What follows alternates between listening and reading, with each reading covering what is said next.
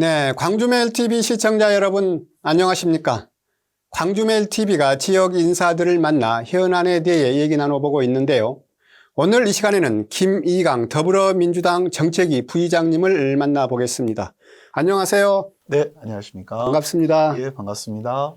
우리 김이강 정책위 부의장님은 먼저 이렇게 이력을 보니까 시민단체 활동도 하셨고 또 방송 진행자도 한번 활동을 하신 경험이 있으시고 예. 또 광주광역시에서 정무특보 대변인을 역임을 하셨죠? 네, 그렇습니다. 지금은 민주당 정책위 부의장을 맡고 계신 걸로 알고 있습니다. 저는 이제 경제학도의 길을 걷고자 대학에서 전공도 국제금융을 전공을 했었고요.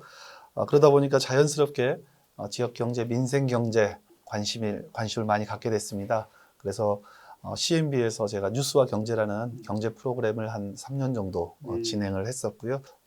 저는 그 문재인 대통령 출범 초기 대통령 직속 일자리위원회 대외협력관으로서 그 일을 했었습니다. 당시 이제 청와대와 중앙부처의 그런 그 업무 조율 그리고 국회의 소통 업무를 제가 담당을 했었고요. 광주광역시에서는 정무특별보좌관 그리고 대변인을 역임하면서 주로 그 시대적 화두라고 할 수 있는 그 협치와 그 소통 능력을 키울 수 있는 그런 소중한 시간들이었다고 생각되고요. 지금은 이제 더불어민주당의 정책위 부의장으로서 어떻게 하면 우리 국민과 시민들의 더 피부에 와닿는 체감할 수 있는 그런 정책들을 개발하고 또 대안을 마련할 수 있는지 고민하고 있습니다. 이제 시민단체 활동도 하셨고 여기에 이제 광주광역시에서 이제 행정 경험도 쌓으셨는데 자, 자신의 경쟁력, 내 경쟁력은 이것이다라고 설명을 한다면 어떤 것을 들 수 있을까요? 예. 뭐 아까 말씀드렸습니다만 아무래도 저는 이제 소통 능력이 다른 분들에 비해서 가장 큰 강점이다라고 생각됩니다. 제가 뭐 말을 잘해서 뭐 이런 게 아니라 상대방과의 대화를 통해서 주로 제가 많이 경청하는 편이고요. 또 경청을 하다 보면 질문거리가 자연스럽게 생기더라고요. 또 질문을 이렇게 드리고 이러다 보면 상대방의 의중, 그리고 현재의 상황, 그리고 문제점, 해결책, 대안들 이러한 프로세스를 할 수 있는 굉장히 최적화된 뭐 그런 제가 능력이 있지 않나 이런 생각하고요. 또 한 가지는 말씀대로 저는 뭐 참여자치에서도 또 운영위원으로서 활동을 했었고요.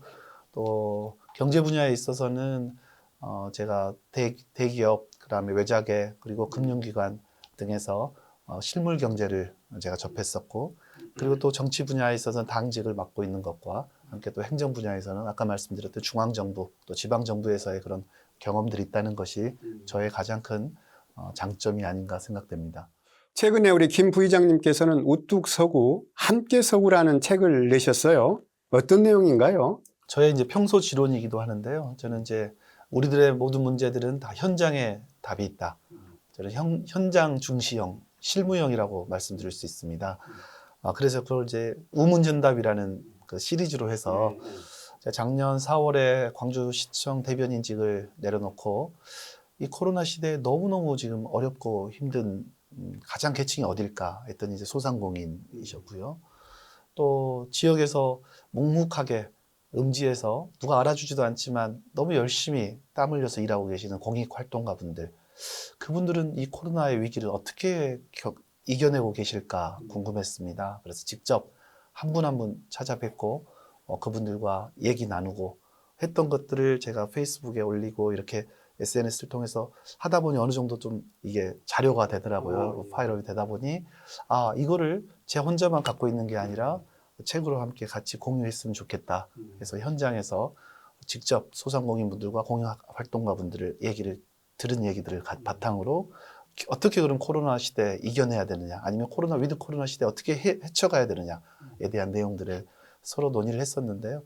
놀랍게도 현장에 계시는 우리 소상공인분들, 지역활동가들께서 정말 새로운 대안들, 또 정말 놀랄 만큼의 그런 솔루션들을 다 가지고 계셔서 제가 오히려 더 많이 배우고 제가 정말 더 커지는 그런 시간이 됐었다고 생각합니다. 네, 그 책자는 이 형식을 보니까 이 현장에 계신 14분의 그 소상공인들, 이 지역민들을 직접 만나서 인터뷰를 하고 이런 내용을 수록을 하셨던데 네. 가장 기억에 남는 네. 어떤 상인이면 상인, 소상공인 어떤 분 좀 기억에 남습니까? 20대 후반의 아주 젊은 청년인데요. 홍어를 소재로 해서 그 창업을 했습니다. 기존에 우리가 홍어하면 이제 삼합 그리고 굉장히 그 나이 드신 분들 또 전라도만의 고유 음식 우리 잔치집에 가면 항상 먹는 그런 홍어가 아닌 젊은이들과 함께 공유할 수 있는 그 새로운 패러다임의 홍어, 즉 홍어 라면도 있고요, 홍어 탕수육도 있고 뭐 이런 그 홍어를 통해서 퓨전식으로 융복합의 메뉴를 개발해서 그걸 또 어디서 하고 있느냐? 양동시장 한복판에서 그 사업을 하고 있습니다. 혹시 아시는지 모르겠습니다만 전국의 홍어 이 유통량의 90% 이상의 양동시장에서 이루어진다고 합니다. 우리 광주 시민들도 몰랐던 그런 사실일 텐데요. 그렇게 유통이 대량으로 되고 있음에도 불구하고 사실 이 홍어가 그냥 광주 음식, 전라도 음식 정도만 알았지 양동시장에서 그렇게 하는 걸 몰랐다는 얘기죠. 근데 이 젊은 친구가 양동시장에 뛰어들어서 이 퓨전 음식으로 이 홍어를 전국화시키고 좀 더 대중화시키고 또 젊은이들에게 더 어필할 수 있는 그런 그 아이템을 가지고 창업하는 모습. 하지만 지금은 초창기라 굉장히 어렵고 힘들고 홍보 부족 때문에 굉장히 좀 많이 힘들어하는 모습을 봤는데요. 그런 분들을 만나뵈므로써 어떻게 지역사회가 어떻게 도움을 줘야겠고 어떤 저런 꿈들을 이루어드려야 될지 많이 고민을 해야 되는 그런 계기가 됐다 이렇게 말씀드릴 수 있겠습니다. 우리나라 지방자치가 이제 도입이 된 지 한 30년이 지났잖아요. 부장님께서도 이제 지방자치에 관심이 많으신 걸로 알고 있습니다. 현 지방자치에 대해 어떤 견해를 갖고 있나요? 네, 사실 지방자치가 도입된 지는 이제 한 30년 좀 넘어가고 있습니다. 91년도에 우리가 시도 의원들을 뽑았고요. 95년부터 이제 자치단체장을 직접 선출하는 그런 형식적 지방자치를 이제 시작을 했었던 시기가 한 30년 정도 됐는데요.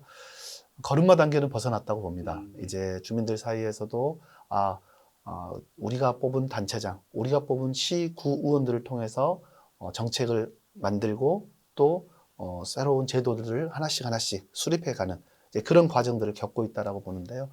뭐니 해도 가장 중요한 건 이 조직력과 이 예산이 필요합니다. 사람과 돈이 필요한데요. 지금 중앙정부와 지방자치의 이 비율에 있어서 사실은 문재인 대통령께서도 집권 초기에 8대2, 중앙이 8, 지방이 2인 이 예산의 비율을 6대4까지, 60대 40까지 만드시겠다고 했지만 많이 중간에 어려움을 겪으셔서 70대 30 정도만 가겠다 했는데 아직 좀 못 미치는 것 또한 사실입니다.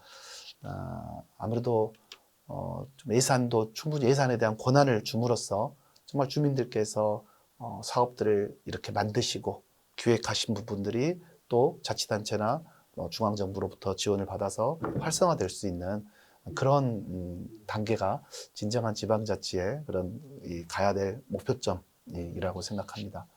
우리 부의장님은 이제 광주, 그중에서도 광주 서구에서 주로 활동을 하고 계시는데 우리 광주 서구의 주요 현안을 꼽는다면 어떤 것을 들 수 있을까요? 네, 현안들이 굉장히 많습니다.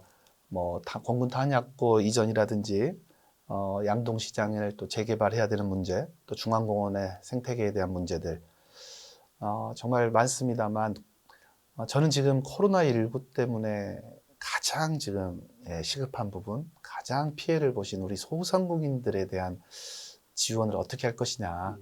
저는 단발적으로 그냥 일회성으로 지원도 물론 필요합니다. 당장에 지금 수요를 하셔야 되니까요. 하지만 그보다는 좀 더 근본적으로 창업 단계에서부터 또 운영해 가시는 하나하나의 그 과정들 그리고 어떻게 하면 이 골목 상권이 골목 경제가 살아날 수 있을지에 대한 근본적인 해결책이 필요하다고 생각하고 있고요. 제가 조만간 그 부분에 있어서도 제가 가지고 있는 정책들을 또 말씀드릴 그런 기회를 갖고자 합니다. 예, 오늘 말씀을 들어보니 참 준비를 많이 하고 계신 것 같고 공부를 많이 하신 것 같습니다. 다양한 시민 활동과 행정 경험 또 정당 활동을 통해서 착실히 내공을 다지고 있는 그런 느낌인데요. 하시고자 하는 일 좋은 결과 있기를 기대하면서 오늘 인터뷰 여기서 마치겠습니다. 감사합니다. 네, 감사합니다.